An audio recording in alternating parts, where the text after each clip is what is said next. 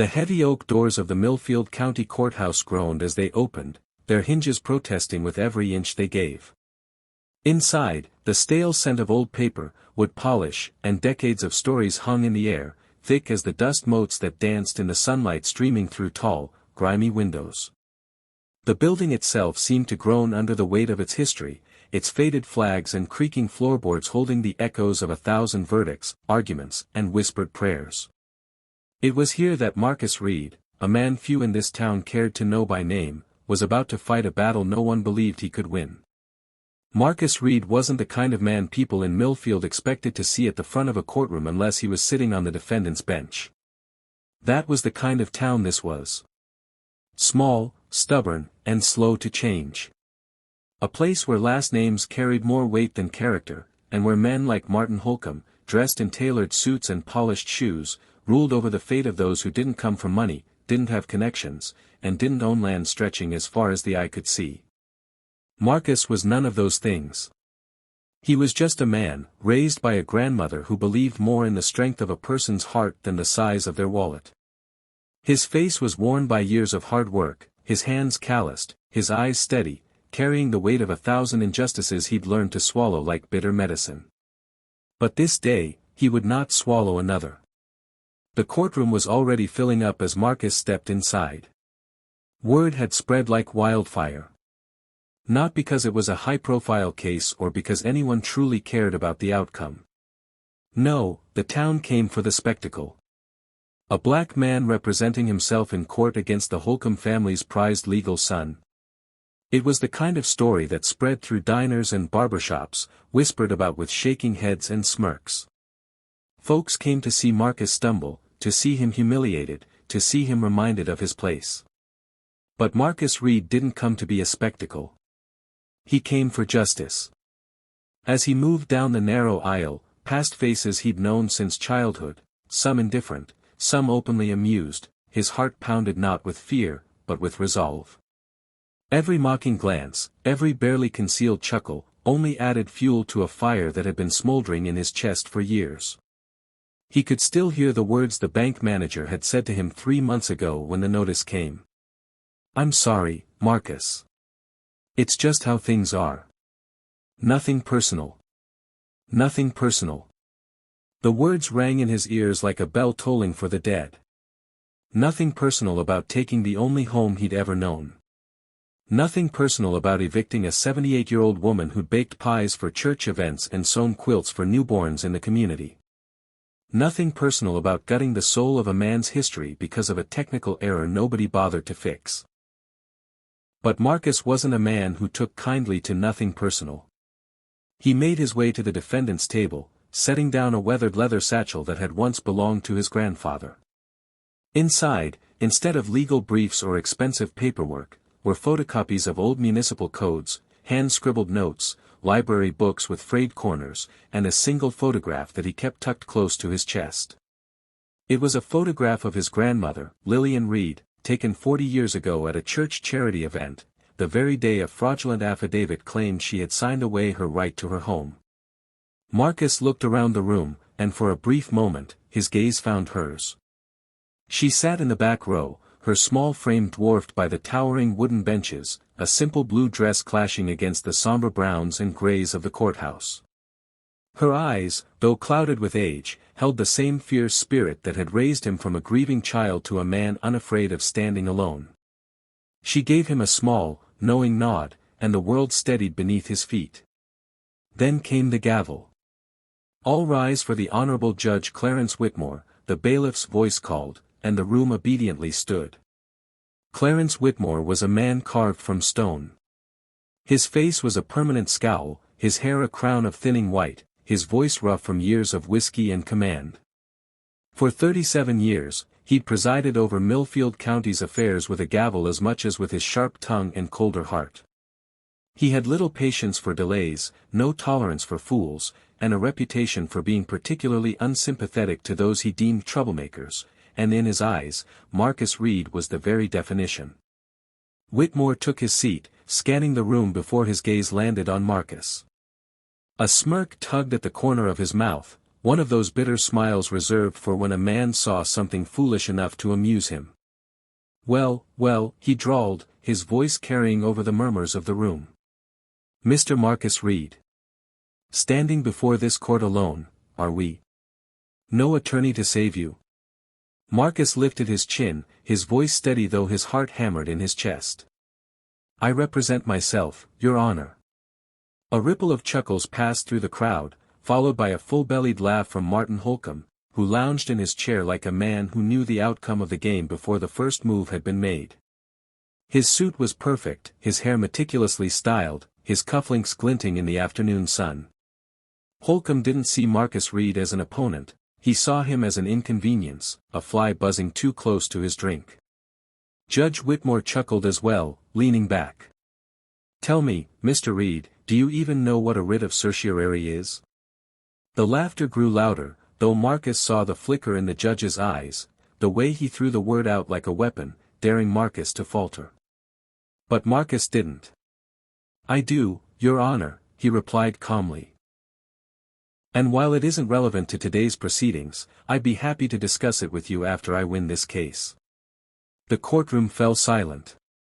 Even Holcomb's smirk faltered, his brow furrowing. Judge Whitmore's smile disappeared. The old judge cleared his throat, adjusting his glasses. "Well, then. Proceed, Mr. Reed." And so Marcus began. Not with legal jargon, not with dramatic accusations, but with a story. He spoke of his grandmother, of the home on Maple Street with its cracked porch steps and rusted mailbox. Of the children she had taken in over the years, boys and girls with nowhere else to go, who found warmth in her kitchen and safety in her embrace. Of the Sunday dinners and birthday parties and Christmas mornings that filled that modest home with more love than some mansions ever knew. He spoke of the notice that arrived like a thief in the night. A terse, coldly worded letter stating that the property would be foreclosed upon due to a failure to rectify a property tax adjustment made by the city. An adjustment no one had informed them of. A clerical error that the bank pounced on, legal documents filed before Marcus even knew a fight had begun. As he spoke, Marcus saw the faces in the courtroom change. Mockery gave way to discomfort, then to something resembling empathy. Even Holcomb shifted in his seat, sensing the tide turning. Marcus presented photocopies of obscure municipal codes, long-forgotten statutes that outlined the responsibilities of the tax office to notify homeowners of such errors in writing, notices that had never arrived.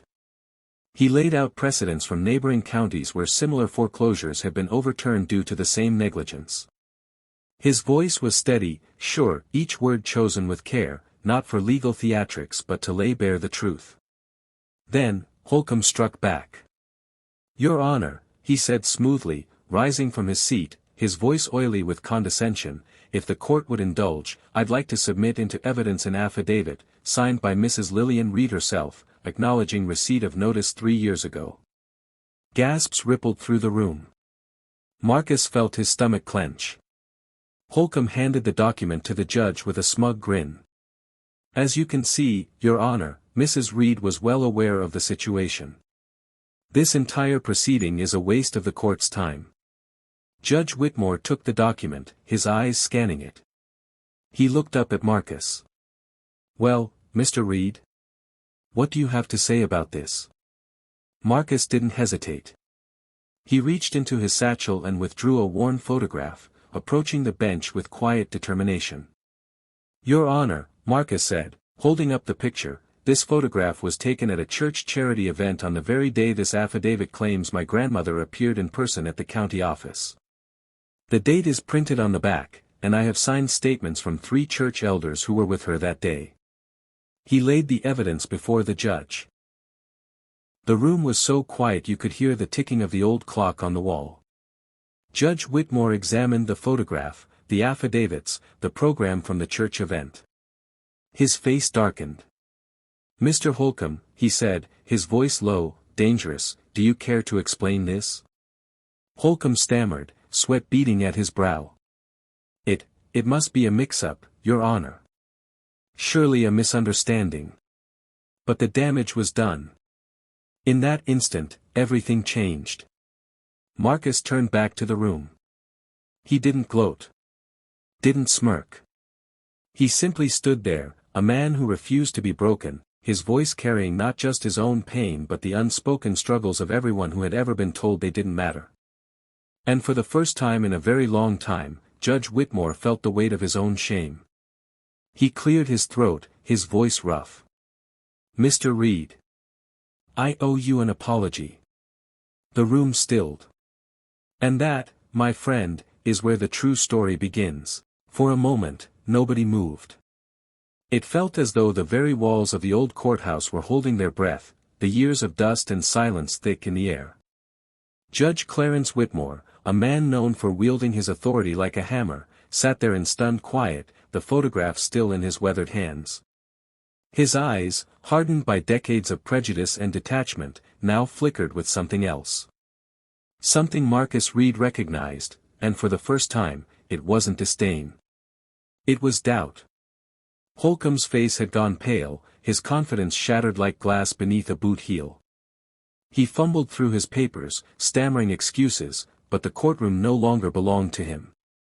The people who had come expecting a spectacle, expecting Marcus to stumble and fall, sat in uneasy silence. Some shifted in their seats, others glanced away, ashamed to meet the eyes of a man they'd laughed at an hour before. Marcus felt his pulse pounding, not with victory, it wasn't over yet, but with something deeper. He could feel his grandmother's gaze from the back row, steady as ever, her small hands folded in her lap. And though her face betrayed no emotion, her eyes shone, glistening in the light of 1,000 unshed tears. "Mr. Reed," Judge Whitmore finally spoke, his voice rough as gravel, "it appears there are serious discrepancies here." He cleared his throat. "We'll recess for 20 minutes while I review this evidence in chambers." The gavel fell with a dull thud, and the courtroom began to stir. Marcus gathered his papers with careful hands, his body still tense as though expecting another blow. As people filed out, he felt a tap on his shoulder. Turning, he saw Mrs. Harriet Gleason, a gray-haired woman from the church choir, her expression uncertain. "Marcus," she said softly, her voice carrying years of guilt, I'm sorry, son. I didn't know. About what they were doing to your family. About that affidavit." Marcus met her gaze, the anger that had long lived in him softening just a little. He nodded. "It's all right, Mrs. Gleason. Ain't your burden to carry. But thank you for saying it." She squeezed his hand, her eyes damp. "You make this town better just by standing up. Don't let M take that from you." He watched her go, feeling a strange weight lift off his chest. One by one, others avoided his eyes as they passed, but a few stopped to offer words, small gestures, nods of acknowledgement. It wasn't much, but it was more than this town had ever given him. In the hallway outside the courtroom, Marcus leaned against the wall, closing his eyes for a moment.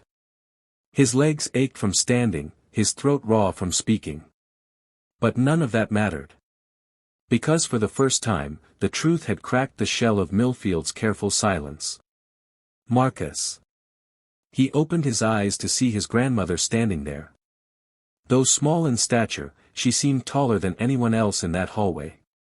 She reached up, cupping his face with one hand, her palm cool against his cheek.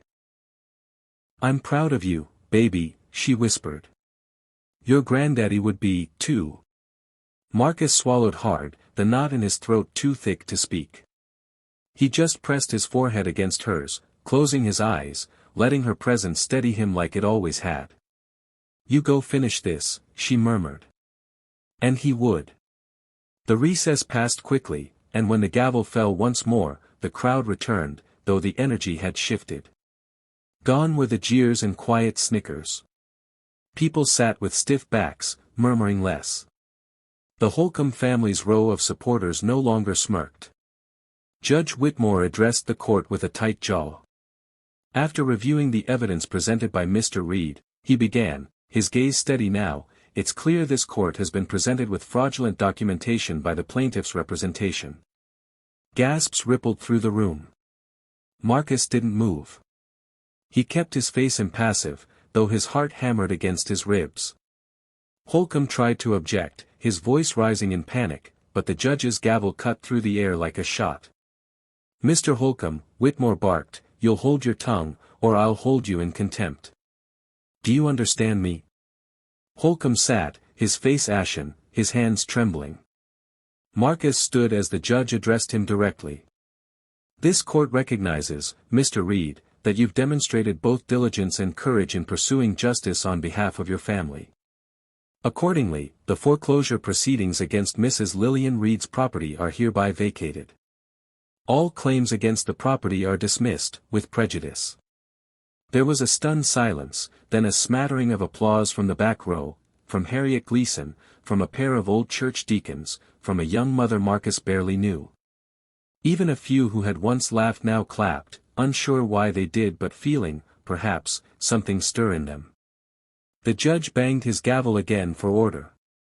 "But this," Judge Whitmore continued, his voice quieter now, as if speaking more to himself, "this is a failure not just of the system, but of this community. And I, for one, intend to make sure it doesn't happen again." Marcus watched the old man carefully. He saw no theatrics in him now. Just a man older than his years, weighed down by decisions both made and avoided. The judge sighed, leaning back.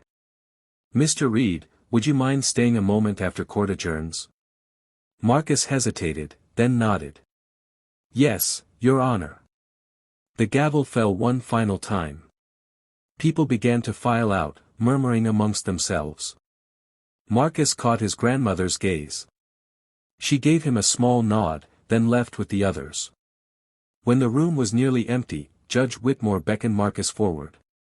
Holcomb was gone, escorted out by a deputy, his career in tatters. "Mr. Reed," the judge began, folding his hands, "I owe you more than an apology." Marcus stood quietly, his hands at his sides. "I've sat in this chair for decades," Whitmore went on, his voice weary. "And in all that time, I justified 1,000 decisions I shouldn't have made. Told myself it was the law. That it was easier not to question things. Men like Holcomb, families like his, they kept their boots on the necks of men like you, and men like me let them." Marcus's throat tightened, but he didn't speak. "I can't undo those years," Whitmore continued, his gaze steady, "but I can promise you this, from today forward, this courtroom changes. And I want you to be part of that." Marcus blinked, caught off guard. "Sir." "There's a position opening in the clerk's office," Whitmore said. "Legal research assistant. It's not much money. Long hours. And you'll have to put up with a town still learning to see you as more than what they thought. But you've got a mind for the law, son. I'd be a fool not to offer." Marcus felt the room tilt slightly, his stomach fluttering. He hadn't expected this. Never dreamed of it. "Why me?" he asked quietly. "Because you proved today," Whitmore said, "that justice isn't about the man in the robe, or the one with the most expensive suit. It's about the one willing to fight when no one else will." The old judge extended his hand. Marcus looked at it for a moment, then shook it, feeling the calluses of years and regrets there. "I'll take it," Marcus said. Whitmore nodded. "Good. Report Monday." As Marcus left the courtroom, the afternoon light seemed different. Warmer. Softer. The town still had miles to go, but something had shifted. He could feel it in the way people no longer quite met his gaze with the same smugness, in the way a pair of teenagers held the door open for his grandmother, in the cautious nod from the sheriff as he passed. Outside, his grandmother waited, her small hand finding his. "I knew you'd do it," she whispered. He looked down at her, his voice thick. "It's just a start, Granny." She smiled, her eyes shining. "Baby, it's always the start that's the hardest part." And in that simple truth, Marcus Reed took his first step toward changing not just a verdict, but a town, and maybe, just maybe, the hearts of those within it. And still, his story wasn't done. Days passed, Then weeks, and though life in Millfield wore the same face as it always had on the surface, underneath, things were beginning to shift. Change in a place like this didn't roar in like a storm, it seeped through cracks, settled into quiet corners, and waited for people to notice. Marcus Reed showed up that first Monday at the courthouse, wearing his father's old Sunday suit. The cuffs were a little short, and the shoulders a little tight, but Marcus stood taller in it than any man who'd worn it before. Judge Whitmore was waiting at the door, not with fanfare or speeches, just a simple nod and a file in his hand. "Let's get to work," the judge had said, and they did. At first, the other clerks eyed Marcus with caution. There was Leroy Spence, a broad-shouldered man who'd grown up 2 streets over from Marcus and hadn't spoken more than 10 words to him in his life. There was Martha Kelly, who managed the docket with tight lips and quicker hands. And then there was Maybelle Cross, the bailiff's daughter, who had watched Marcus defend his grandmother with something between awe and apology. They weren't friends, not yet. But neither were they what they'd been before. The town's folks kept their distance for a time. Old men at the barbershop fell silent when Marcus passed, their talk of politics and farm yields replaced by a stiff cough or a forced shuffle of playing cards. But others, quiet ones, began to seek him out. Mrs. Gleason sent over a peach cobbler one evening, left on his grandmother's porch with a note that simply read, "For courage." A young white boy, no more than 10, had run up to Marcus outside the post office one afternoon, breathless and shy. "Mr. Reed," the boy stammered, "my pa says you ain't like they say. That you're smart.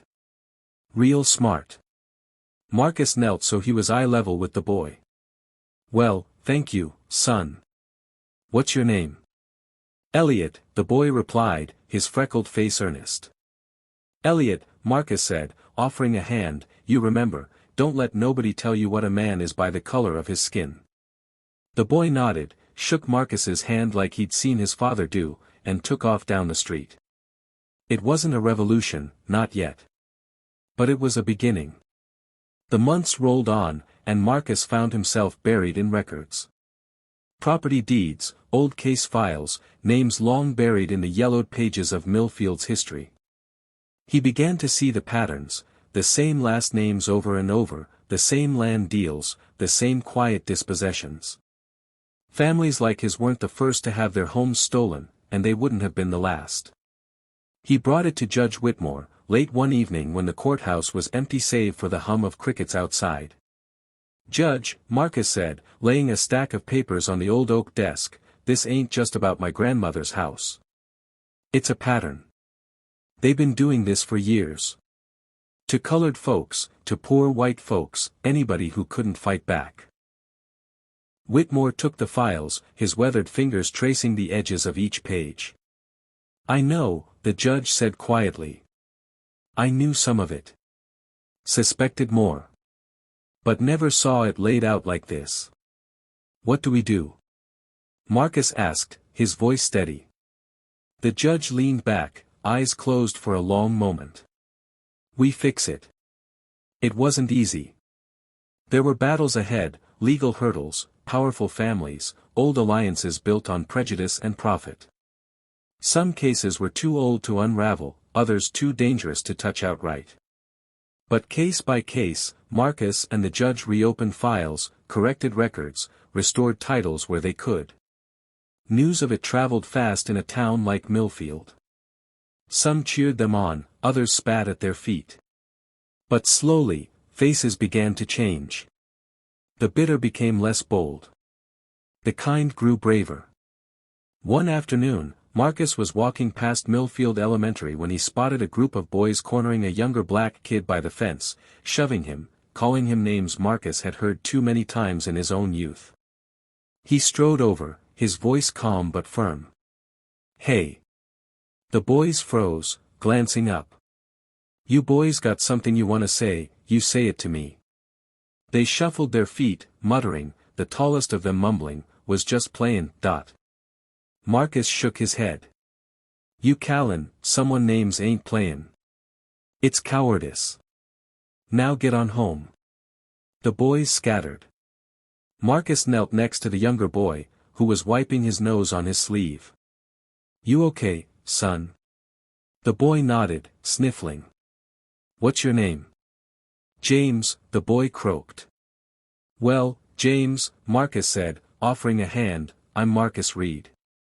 You remember, don't let nobody ever tell you who you are. That's yours to decide."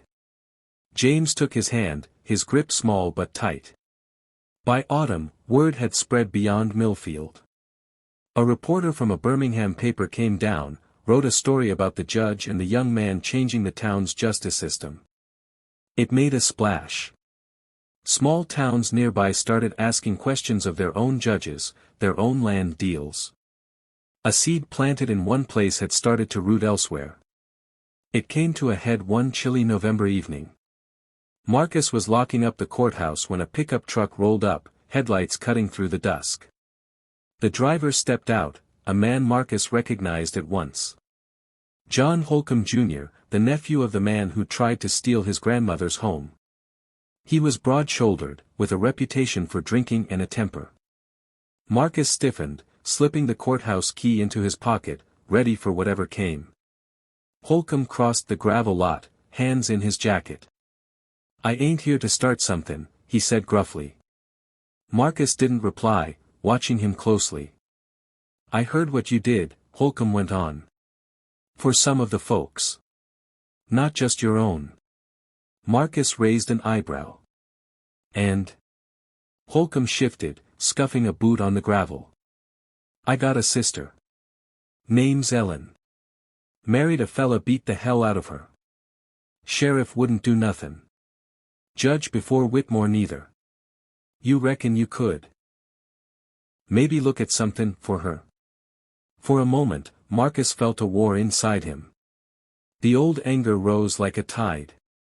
This was a Holcomb. Blood of the same man who tried to ruin them. But then, he thought of his grandmother's voice, soft as worn cotton. "Baby, kindness ain't about who deserves it." Marcus nodded. "Tell her to come by tomorrow. I'll see what I can do." Holcomb stared at him a long moment, then nodded, turned, and drove off. Later that night, Marcus sat on the front porch of his grandmother's house, watching the stars. The night air smelled of wood smoke and dry leaves. "You all right, baby?" his grandmother asked, settling beside him in the old rocker. Marcus smiled, resting his head against the back of the chair. "Yeah, Granny. I think maybe we're getting somewhere." She reached over, squeezing his hand. "I told you. Ain't no darkness so deep a little light can't break through." They sat in silence for a while, the kind of quiet that spoke louder than words. And in that silence, Marcus Reed knew the truth of it. The fight would never be easy. There'd be more days of disappointment, of bitterness, of facing down men who clung to old ways like armor. But with every file corrected, every title restored, every child who learned they were worth as much as the next, the town changed. Maybe not fast. Maybe not fully. But it changed. And sometimes, it only took one man with a sharp mind, a steady voice, and the courage to stand when no one else would. Marcus would become more than a clerk. In time, he'd become a lawyer, the first black man in Millfield to do so. He'd defend the poor, the forgotten, the ones the system left behind. And in a courthouse that once laughed at his very presence, his voice would one day echo loudest. But none of it would have happened if not for a single moment in a crowded room, when a judge laughed at a black man, and was left stunned by the truth he carried. And though the road stretched long before him, Marcus Reed would walk it. Not alone, but with a town learning, step by step, what it meant to be better. And somewhere along the way, they'd stop being surprised by him. And start being proud. Because kindness, like justice, doesn't belong to those who think they own it. It belongs to those brave enough to give it. And Marcus Reed was just getting started.